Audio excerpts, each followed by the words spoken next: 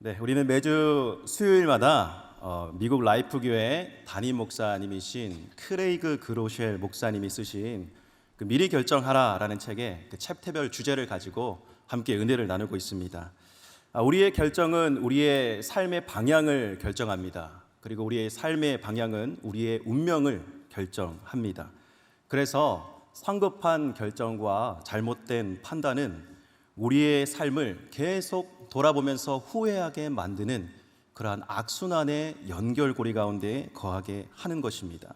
그러기에 하나님께 영광이 되는 후회 없는 인생을 살아가기 위해서 우리는 선제적으로 올바른 결정을 해야 될 줄로 믿습니다. 이 책이 거기에 대한 지혜를 저와 여러분들에게 주고 있습니다. 오늘은 그 5번째 시간, 나는 힘껏 베풀 것이다에 대한 주제로 함께 나눠보고자 합니다. 제가 이 책을 보면서 이 책의 저자인 크레이그 그로쉘 목사님과 또 이 목사님이 사역하시는 이 라이프 처치 교회, 미국에서 제일 유명한 교회라고 하죠. 이 교회가 과연 어떠한 교회이고 이 목사님은 어떠한 목회 철학을 가지고 이 교회를 이끌어 오셨을까에 대한 부분을 좀 이렇게 찾아보고 또 책도 읽어보고 했습니다. 근데 이 라이프 처치 교회가 현재 미국에서 성도 수가 가장 많은 교회고요, 가장 사역이 활발하게 이루어지고 있는 교회입니다. 성도 수가 8만 5천 명이라고 합니다. 매주일마다 예배드리는 인원이 8만 5천 명이고 온라인 사역에 있는 성도님들이 20만 명이라고 하니 그 규모가 엄청나지 않겠습니까? 그러니까 우리가 이 말을 들었을 때 메가처치, 흔히 우리 대형교회라고 하면 좀 부정적인 인식을 가지고 있는데, 제가 이 교회 목사님의 어떤 목회 철학을 보다 보니 그게 아니라는 것을 알았습니다.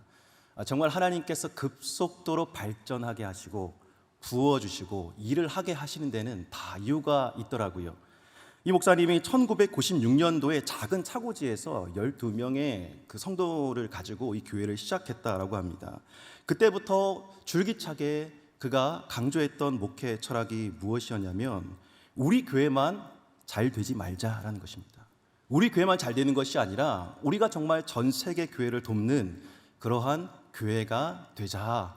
우리가 정말 노력해서 전 세계 교회가 주님 안에서 올바르게 설 수 있도록, 선교적인 역할을 잘 감당할 수 있도록 마음껏 베푸는 교회가 되자.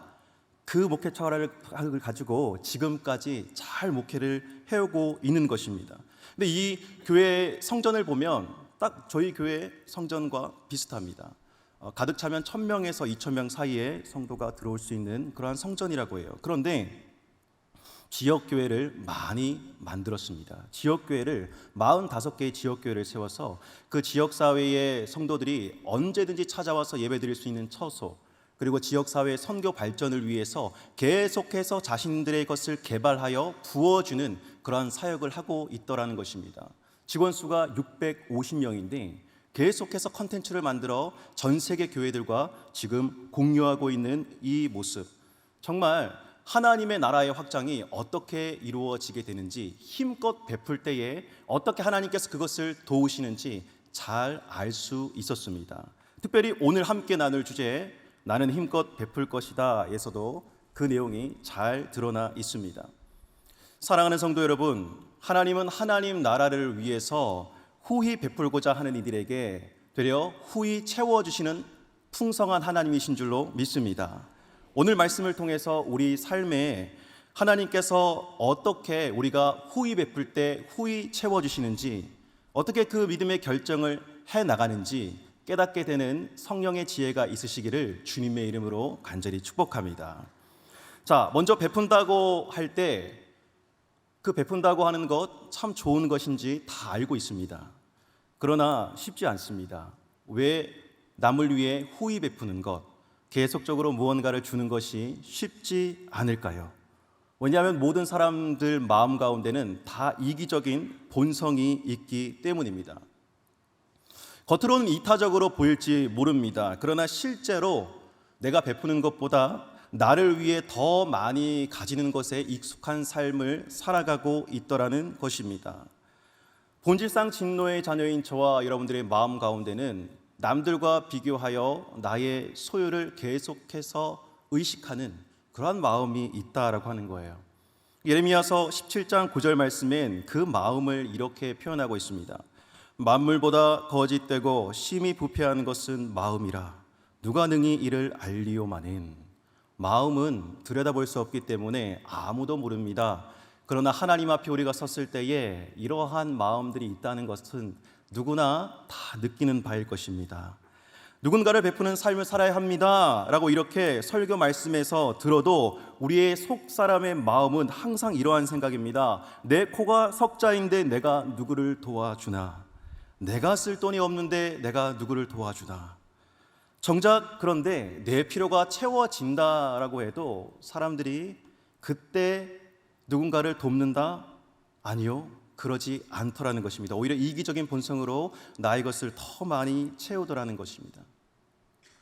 우리가 TV를 틀면 광고가 계속해서 흘러나옵니다. 하루에 사람에게 노출되는 광고 수가 약 5,000개라고 합니다. 그러니까 하루에도 수십 번 아니 수백 번 우리가 스치면서 듣는 그 광고는 저와 여러분들에게 어떻게 이야기하고 있습니까? 지금 당장 번호를 누르라고 말합니다. 지금 당장 클릭하라고 말합니다. 지금 당장 여러분들이 그것을 소유하라고 말합니다. 그러면 행복해질 것이다. 남들이 가지고 있지 않은 것, 비싼 것, 좋아 보이는 것, 이러한 것들을 가지게 될 때에 참된 행복을 누리게 될 것이다 라고 계속해서 이야기합니다. 아니, 돈을 더 많이 번다라고 해도, 우리 형편이 나아진다라고 해도 그때 이웃을 도우십시오라고 이렇게 하지 않습니다. 여러분의 품격에 맞게 더 좋은 것을 소유하시기 바랍니다. 이렇게 계속 저와 여러분들에게 광고하고 있는 것입니다. 그러니 여러분, 이러한 인간의 본성과 세상의 풍조 가운데서 베푼다는 것, 미리 결정하지 않으면 참 힘든 일이라는 것입니다.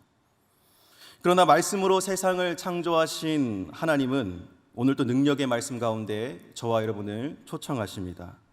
오늘 주제 말씀이 이사야 32장 8절 말씀인데 거기에 이렇게 나와 있습니다. 우리 말씀 함께 읽겠습니다. 시작.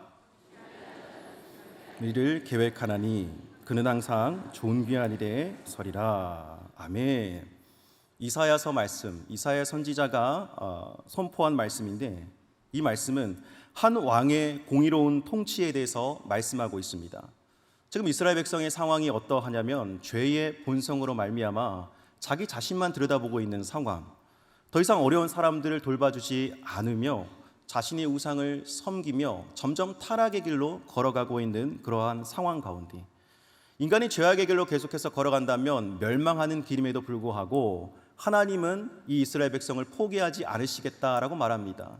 그런 이기적인 인간의 본성이 있음에도 불구하고 그것을 가지면 멸망의 길로 걸어갈 것이 뻔함에도 불구하고 사랑하는 우리 하나님 아버지께서는 사랑하는 자녀들을 결단코 포기할 수 없기에 예수 그리스도를 통하여 저와 여러분들의 마음을 강력하게 붙잡아 주신다라는 사실입니다. 존귀한 자는 바로 예수님을 만난 자를 가리킵니다. 저와 여러분들은 예수님을 만난 자들인 줄로 믿습니다.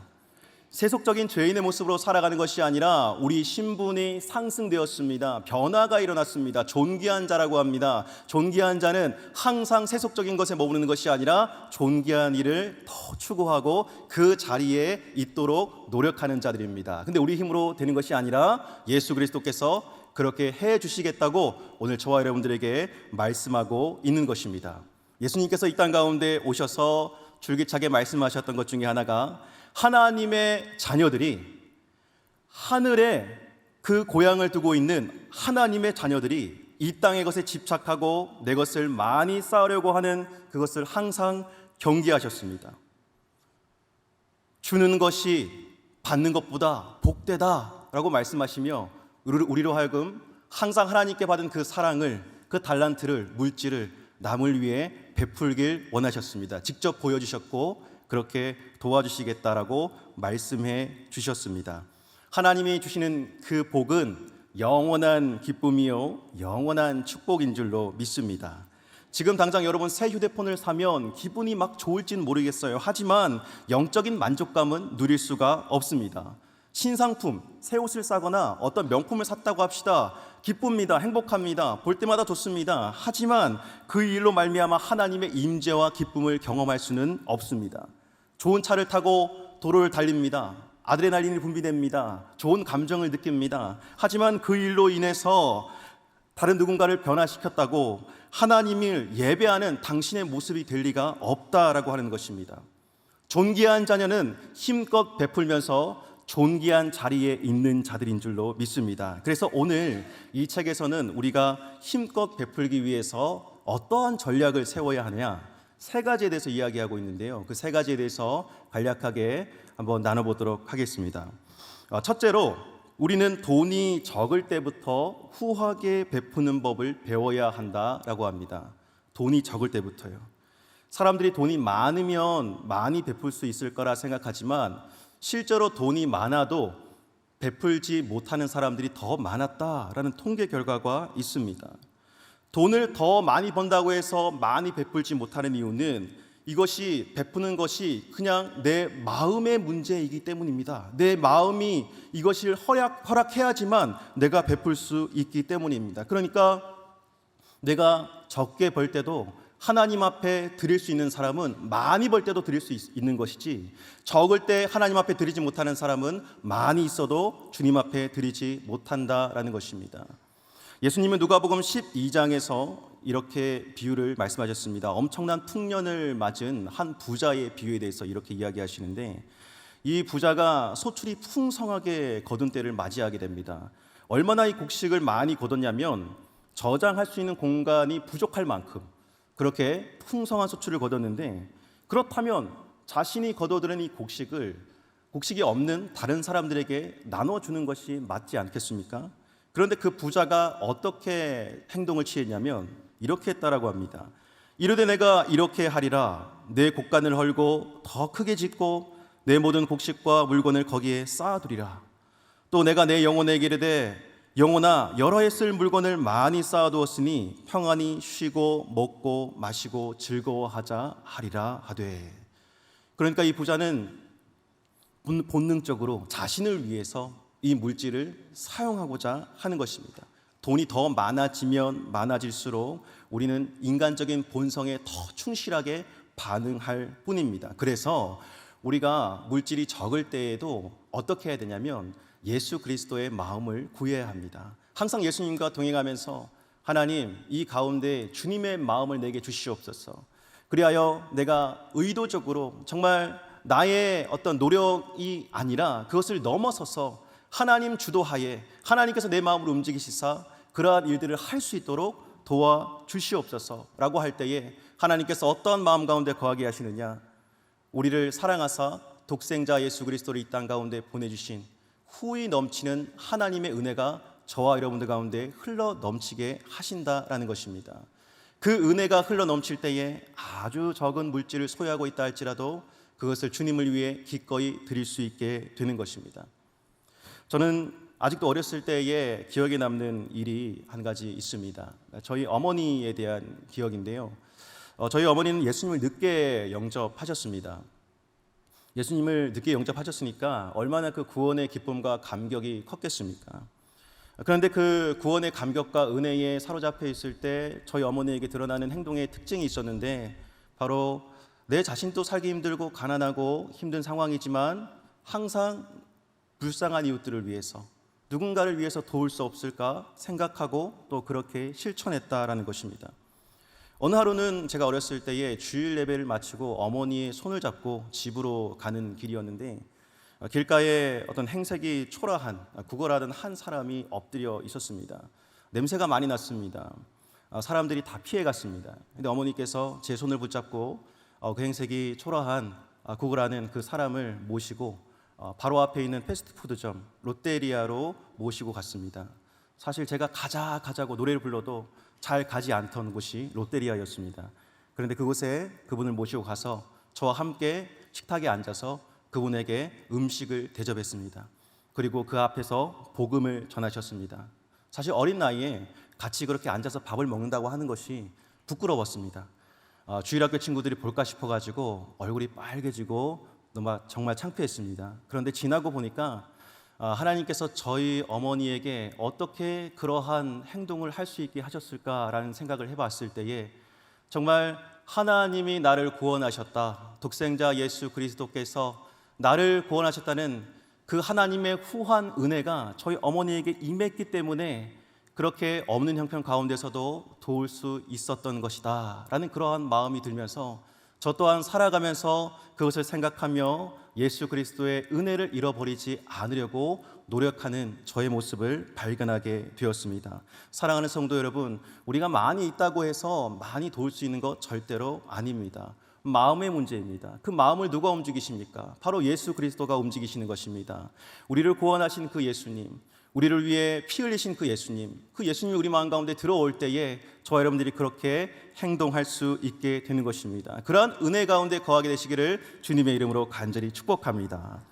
두 번째 베푸는 것에 대한 전략은요, 재정적인 부분에 의해서 하나님을 최우선으로 삼아야 한다는 것입니다. 우리의 재정적인 부분에 대해서 우리는 소비에 대한 것 참 계획을 잘합니다. 어떠한 것을 사야 된다, 그리고 우리가 휴가를 떠나야 된다라고 하면 검색을 많이 해보죠. 사람들의 후기를 들어봅니다. 그리고 가장 좋은 것, 가성비 있는 것, 그러한 것을 시간을 들여서 기어코 찾아내어 구매를 합니다. 그런데 주는 것이 받는 것보다 복되다 하는 것을 아는 사람들은 소비하는 데 먼저 계획을 세우는 것이 아니라 베푸는 데 먼저 계획을 세운다라는 것입니다. 먼저 그러면 어떻게 해야 됩니까? 네, 하나님 앞에 나아가야 됩니다. 하나님께 물어봐야죠. 하나님께 질문해 봐야 됩니다. 어떻게 해요? 제가 어떻게 하면 더 많이 베풀 수 있을까요?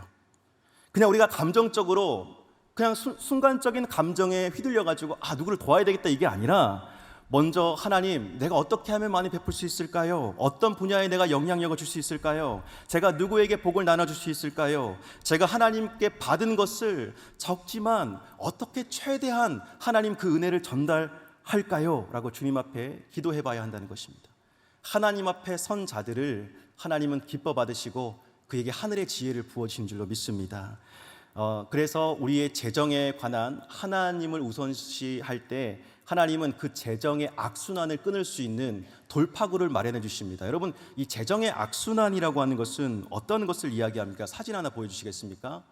재정의 악순환이라고 하는 것은 돈으로 말미암아 우리가 계속 걱정하게 되는 사이클을 말하는데요. 돈을 벌긴 법니다. 근데 돈을 씁니다. 돈을 어떻게 씁니까? 그러니까 돈이 들어오자마자 카드값이 나가고 이자가 나가고 미리 당겨서 돈을 쓰고 월급이 들어오자마자 공중분해가 되어버린다라고 이렇게 사람들이 이야기합니다. 돈을 씁니다. 근데 막 항상 여유가 없어요. 여유가 없으니까 또 어떻게 할까 걱정하고 고민합니다. 이것이 바로 돈을 벌긴 벌지만 돈을 때문에 계속 걱정하게 되는 그 재정적인 문제의 악순환을 이야기하고 있는 것입니다. 하나님께서는 저와 여러분들이 겪고 있는 이 재정적인 악순환 가운데 임재하셔서 재정적인 부분에 하나님을 최우선시할 때에 하나님은 믿음의 선순환으로 이것을 바꿔주신다라는 것입니다. 여러분, 특별히 우리가 재정에 있어서 하나님을 우선시할 수 있는 그 삶을 실천할 수 있는 방법이 어떠한 것이 있을까요? 많은 것이 있겠지만 이 책에서는 바로 11조다라고 이렇게 이야기를 합니다. 11조요. 말라기 3장 10절에 이렇게 나와 있습니다. 우리 함께 읽어보시겠습니다. 시작. 이르노라, 너희의 온전한 11조를 창고에 들여 나의 집에 양식이 있게 하고 그것으로 나를 시험하여 내가 하늘 문을 열고 너희에게 복을 쌓을 곳이 없도록 붙지 아니하나 보라. 아멘. 11조라고 하는 것은 단순히 10분의 1을 하나님께 드린다는 의미를 넘어서서 바로 나의 재정적인 영역에서 하나님이 최우선입니다 라고 고백하는 것입니다. 예배와 순종의 행위로서 주님 앞에 직접 보여드리는 것이 이 11조라는 것입니다. 우리 소득의 10분의 1이요. 근데 이 10분의 1을 드리는 것도 참 힘듭니다. 어떨 때요? 내 생각이 막 들어올 때, 어떠한 상황과 환경, 예상치 못한 그러한 것이 우리에게 다가올 때 이 10분의 1도 참 드리기 어렵다라고 하는 우리의 마음을 깨닫게 됩니다. 그래서 성경에 하나님을 시험해봐도 좋다라는 말씀이 바로 이 11조와 관련하여 있는 것입니다. 하나님은 우리의 마음을 최우선으로 받길 원하고 계십니다. 그 표현이 바로 11조라고 한다면 하나님께서 이 11조를 얼마나 기쁘게 받으시겠습니까? 근데 오늘 말씀해 보니까 정말 그러할 때에 재정적인 영역에 너가 최우선으로 하나님을 먼저 모실 때에 하늘 문을 열고 너희에게 복을 쌓을 곳이 없도록 붙지 아니하나 보라, 이렇게 하나님 말씀하고 계신 겁니다. 복이요, 복. 그런데 이 복이 그냥 단순한 복이 아니더라는 것입니다. 하나님께서 주시는 복, 금전적인 복, 그 지엽적인 복을 넘어서 총체적으로 우리 삶에 역사하시고 이끌어 가시고 책임지시는 전능하신 하나님의 손길을 늘 느낄 수 있는 그 복을 이야기하는 것입니다.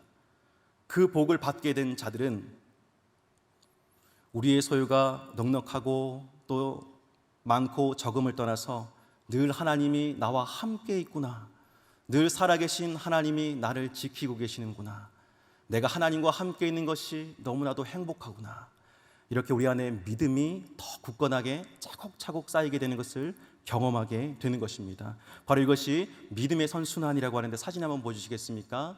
네, 돈을 법니다. 돈을 누구에게 줍니까? 바로 하나님의 나라를 위해서 하나님께 물어보고 정말 하나님께서 원하시는 그곳에 내 돈이 흘러가게 만듭니다. 그럴 때 하나님께서 나와 함께 하심을 느끼게 해주시고 하나님의 손길을 경험하고 간증케 해주십니다. 그것이 우리의 믿음이 되어서 더 굳건한 하나님의 일들을 행하게 만들어 주시는 것입니다. 사랑하는 성도 여러분, 저와 여러분들의 삶이 이러한 삶이 되시기를 주님의 이름으로 간절히 축복합니다.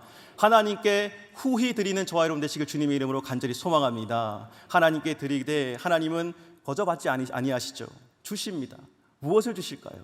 기대합시다. 하늘 문을 열고 하나님께서만이 주실 수 있는 것을 허락하신다고 합니다. 그런 풍성한 은혜를 받아 누리시는 저와 여러분 되시기를 주님의 이름으로 간절히 축복합니다.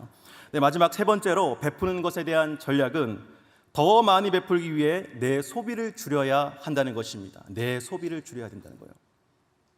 이 말을 들으면 좀 거부감이 들 수도 있겠습니다만은 이것이 구체적으로 어떤 것을 의미하냐, 바로 내 소비 가운데 정말 불필요한 소비 습관이 있다라고 한다면, 어떠한 감정과 기분에 따라서 내가 돈을 쓴다라고 하면, 중독적인 행태로 내가 어떠한 돈을 쓴다라고 하면 그것 하나님 앞에 다 내려놓아야 한다는 것입니다. 여러분, 이 돈에는 사람의 마음이 담겨 있습니다. 그 사람이 돈을 어디 쓰느냐를 보면은 그 사람의 마음이 어디 있느냐를 알 수 있습니다. 그래서 이 돈 문제는 영적인 문제와 연결되어 있습니다. 그러기에 이 돈이 흘러가는 곳이 내 마음, 내 육신의 소욕이 원하는 방향이 아니라 하나님이 원하시는, 하나님이 바라보시는 그 방향으로 계속해서 흘러가게 만든다면 전능하신 하나님께서 생명의 능력으로, 도로 그 하나님의 능력으로 우리의 삶을 계속해서 채워주신다라고 하는 것입니다. 하나님이 우리의 삶 속에 명확하게 말씀하시는 그 음성이 잘 들리게 될 것이며, 어떠한 순간에도 하나님과 동행하며 하나님과 사귐이 있고 정말 어려운 문제 또한 믿음으로 잘 해결할 수 있는 저와 여러분이 된다라고 하는 것이에요. 그래서 우리가 여러분 첫 직장에 가면 첫 소산을 하나님께 드리는 믿음의 행위를 하잖아요. 첫 월급, 첫 소산을 하나님께 바치는 것 참 어렵습니다. 그런데요, 드려본 사람은 그 드렸을 때에 어떠한 것을 받게 되는지 잘 압니다. 이해할 수 없는 하늘의 평안과 믿음과 하나님에 대한 확신이 우리 마음 가운데 넘치는 것을 경험하게 됩니다. 저 역시 사역지마다 첫 열매를 주님께 올려드렸는데, 그 올려드릴 때마다 하나님께 주시는 그 마음은 이 세상에서 받을 수 있는 그 어떠한 마음보다 값진 마음이었습니다. 하나님이 나와 함께 하신다, 그냥 말로만 듣는 그러한 믿음의 고백이 아니라 정말 내 마음 가운데서 느껴지고, 하나님을 향한 믿음의 고백이 더 입술로 고백되어지고, 주님께서 나의 목회의 앞길 가운데, 또한 어려운 일들 가운데 주님께서 그 모든 문제들을 해결하실 수 있는 그 길들을 열어주시는 것을 발견하게 되었습니다. 크레이그 그레실 목사님도 어려운 상황 가운데서 11조를 드렸을 때에 정말 하나님께서 그 가운데 공급해 주시고 채워주심을 느꼈다라고 책에서 고백하고 있습니다. 그러한 것을 느꼈기 때문에 36년간 한 번도 11조를 빼먹지 않고 주님 앞에 온전한 마음으로 그것을 드렸다. 그리고 더 드린 것보다 받은 은혜가 더 크다. 우리가 드리는 것에 비해서 하나님께서 주시는 것 어떻게 비교할 수 있겠습니까? 하나님이 주실 수 있는 것은 참 우리가 드리는 것보다 더 많은, 우리가 생각할 수도 없을 만큼 더 많은 그러한 분량의 은혜와 축복을 부어주신다라고 하는 사실입니다. 크레이그 그레실 목사님이 라이프 처치를 개척하고 나서 그가 세웠던 삶의 원칙이 있는데, 어떠한 것이냐면 하나의 소유가 들어오면 내가 가지고 있는 이 소유를 다른 사람에게 흘려보내는 것이다 라고 했습니다. 그러니까 티셔츠가 나에게 들어오면 내가 가지고 있던 티셔츠를 필요로 한 사람에게 줍니다. 바지가 생기면 내 바지를 필요로 하는 사람들에게 전달합니다. 그리고 가구나 가전제품이 생기면 내가 가지고 있던 것을 필요로 하는 사람들에게 전해줍니다. 고이지 않게 만드는 거예요. 계속 흘려보내는 것입니다. 어느 날 새 차가 생겼다라고 합니다. 중고차가 또 생겼겠죠. 자신의 마음에 이런 마음이 들더랍니다. 이 중고차 최대한 비싼 가격에 팔면 좀 도움이 될 텐데. 근데 하나님께서 그때 그에게 이렇게 말씀하셨습니다. 자동차를 필요로 하는 자에게 후한 마음으로 주거라. 정말 넘치도록 더 얹어서 주거라. 이렇게 말씀하셨다라고 합니다. 그 음성에 듣고 그가 실천했고 오히려 자신을 위해 소비할 때보다 하나님이 넘치는 은혜로 채우시는 것을 경험했다라고 합니다. 사랑하는 성도 여러분, 저와 여러분들도 이러한 경험을 하게 되시기를 주님의 이름으로 간절히 축복합니다. 저는 이번 여름 휴가 동안 아내와 또 우리 가족들과 어떻게 보내면 좋을까 고민을 참 많이 했습니다. 해외 갈까, 국내 갈까, 처음에 이런 걱정을 하면서 또 고민을 하면서 이야기를 나눴는데 하나님께 주신 마음이 이러한 마음이었습니다. 너에게 주신 그 안식의 시간과 물질을 자신을 위해서 쓰지 말고 누군가를 위해서 베풀면 좋겠다라는 그런 성령의 감동을 주셨습니다. 근데 정말 때마침 그때 저희와 연결된 그 사역의 자리가 하나 있었는데 바로 경주의 한 개척 교회에서 그 교회 교인들과 또 주변 이웃들을 위해서 섬기는 자리였습니다. 경주에 우상이 가득한 그 땅에 오랫동안 홀로 개척하여 그 교회를 일구오신 여자 목사님이 계신데 그 교회가 어떻게 인연이 됐냐면 제 아내가 청년의 때에 경주에서 무용단을 할 때 그 시절에 찾아갔던 작은 교회, 정말 성도가 아무도 없는 그 작은 교회가 바로 지금 연결된 그 개척 교회였습니다. 절밖에 없습니다. 주변에 무당집밖에 없습니다. 그런데 그 가운데서 정말 주님의 복음을 전하며 고군분투해온 그러한 교회였습니다. 저희들은 그 교회에 저희의 마음과 물질을 쏟기로 결정했습니다. 정말 더운 날, 그 광복절 주간에 아이들을 다 데리고 그리고 마음이 맞는 몇 가정과 함께 어우러져서 그곳에서 복음을 전하고 가정마다 방문해서 아이들이 보는 앞에서 예수 그리스도의 복음을 증거했습니다. 참 덥고 땀도 많이 나고 힘들었는데 하나님께서 정말 그 일들, 그 사역들을 마치고 난 다음에 저에게 그냥 휴가를 갔을 때보다 더 큰 은혜와 감동을 선물해 주시는 것을 보게 되었습니다. 자세한 내용은요, 제가 이틀 뒤에 또 설교를 합니다. 금요 설교를 하는데 그때 함께 좀 나누도록 하겠습니다. 사랑하는 성도 여러분, 하나님께서는 후하신 하나님이신 줄 믿으시길 바랍니다. 하나님은 저와 여러분들을 위해서 너무너무 주고 싶어 하십니다. 나의 자녀들을 위해서 내가 뭐 줄 게 없나 라고 항상 생각하고 고민하시는 분이십니다. 그런 하나님 앞에서 우리들은 세상에 그냥 잠시 잠깐 있다 사라질 그것을 붙잡으려고, 신기로와 같은 그것을 붙잡으려고 안달복달하며 우리의 마음을 써내려가며 그렇게 울며 불며 하는 우리의 인생 아니겠습니까? 하나님 그러한 인생 보실 때 얼마나 가슴 아파하시겠습니까? 오늘 이 시간 이후부터 결정하시길 바랍니다. 하나님의 존귀한 자녀들은 힘껏 베풀기로 결정한 자들인 줄로 믿습니다. 내가 가진 게 없더라 하더라도 하나님께 여쭤보시길 바랍니다. 하나님 어떻게 하면 좋을까요? 내가 무엇을 하면 좋을까요? 그래요, 하나님께서 그 마음을 주십니다. 작은 소자 하나 우리 눈에 띄게 하실 것입니다. 그에게 아주 작은 생수 한 컵이라도 전달해 주게 하실 것입니다. 그러한 복된 은혜를 누릴 때에 믿음의 선순환이 계속해서 일어나게 될 것이며 우리의 믿음은 더욱더 단련되어지고 견고하게 변하게 될 것입니다. 그리고 우리의 소비를 모두 주님께 맡기며 재정적인 부분에서 하나님은 왕이십니다 라고 고백할 수 있는 저와 여러분들, 그리하여 이 땅에 살 때 정말 주님의 일들을 함께 이루어가며 복된 일들 많이 경험하는 저와 여러분 되시기를 주님의 이름으로 간절히 축복합니다. 사랑이 많으신 아버지 하나님, 오늘 이 자리를 통하여 주님을 더 깊이 바라보게 하시니 감사드립니다.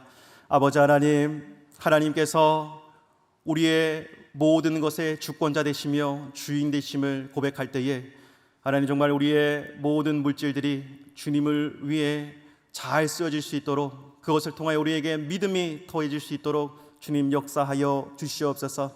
하나님이 교회가 주님께서 사랑하시는 교회인 줄로 믿습니다. 하나님께서 이끌어 가시고 더욱더 부어주시길 원하시며 넘치도록 흘러가길 원하고 계시며 열방을 위해 헌신하는 교회가 되길 원하시는데, 하나님 정말 주님의 마음을 본받아서 각자의 영역에서, 자리에서, 각자의 또 공동체에서 성령 하나님을 의지하며 그 일들 잘 이루어가게 하여 주시옵소서.